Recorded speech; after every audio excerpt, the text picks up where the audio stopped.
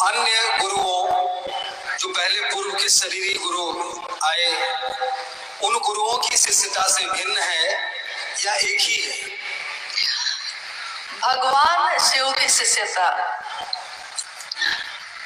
और अन्य गुरु जो आए, गुरु या सदगुरु शरीर में जो आए, उनकी शिष्यता दोनों अलग है या एक ही है?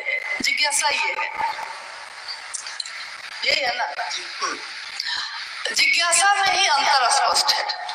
भगवान शिव की शिष्यता और गुरु या सदगुरु की शिष्यता, इतना भारी अंतर है, इतना भारी अंतर है कि इसकी तुलना ही नहीं की जा सकती। मतलब इतना बड़ा अंतर है। जिस भगवान शिव की शिष्यता की बात की जा रही है, उनकी इच्छा में ये बल है कि कितनी सृष्टि बनती है और टूटती है। पल प्रति पल ये दुनिया टूट रही है, बन रही है। उनकी इच्छा में इतना बल है। शिव चाहे तो अहेतुकी होती है उनकी दया। वो जब चाहे जिसको शिव बना दे, जब जो चाहे जिसको दे दे, कुछ भी दे सकते हैं वो। क्यों तुम त्रिभुवन गुरु वेद बखाना। त्रिभुवन मतलब देवलोक,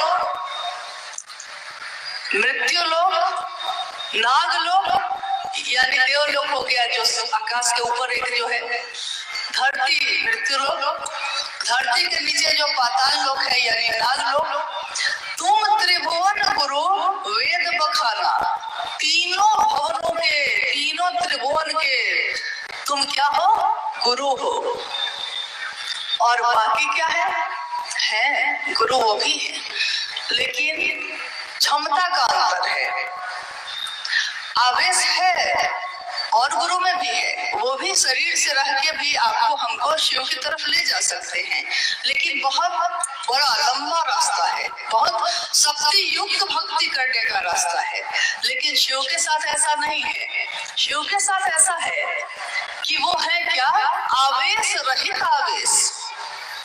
अभी मैंने जैसे इस माइक का ये तार है, इस तार को मैंने अपने हाथों से पकड़ रखा है, लेकिन इस तार के अंदर एक ऐसा करंट दौड़ रहा है, अगर उससे मेरा हाथ सट जाए तो यहीं के यहीं खत्म हो जाएंगे।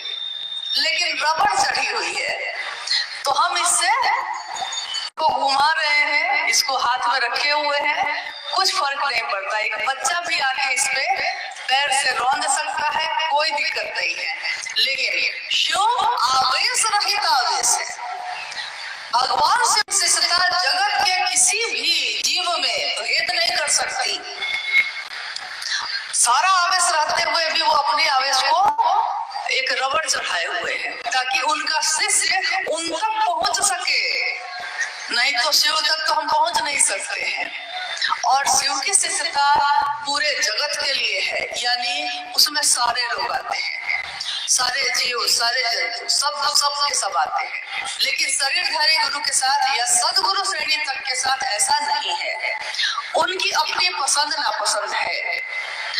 सदगुरु श्रेणी के भी लोग अगर हुए हैं तो उनकी भी कोई ना कोई चीज ऐसी होती है जो उनको नहीं पसंद है, तो वो कहते हैं कि गृहस्थ आश्रम को छोड़ के आना होगा, ब्रह्मचारी बन के आना होगा, मांस मछली छोड़ के आना होगा, यानी कि पवित्र होके आना होगा। कुछ ना कुछ उनका अपना एक दायरा बना हुआ है कि इस दायरे में तुम आओगे तो हम तुमको शिव की तरफ लेकर जा सकते हैं। लेकिन भगवान शिव की शिष्यता वो कहती है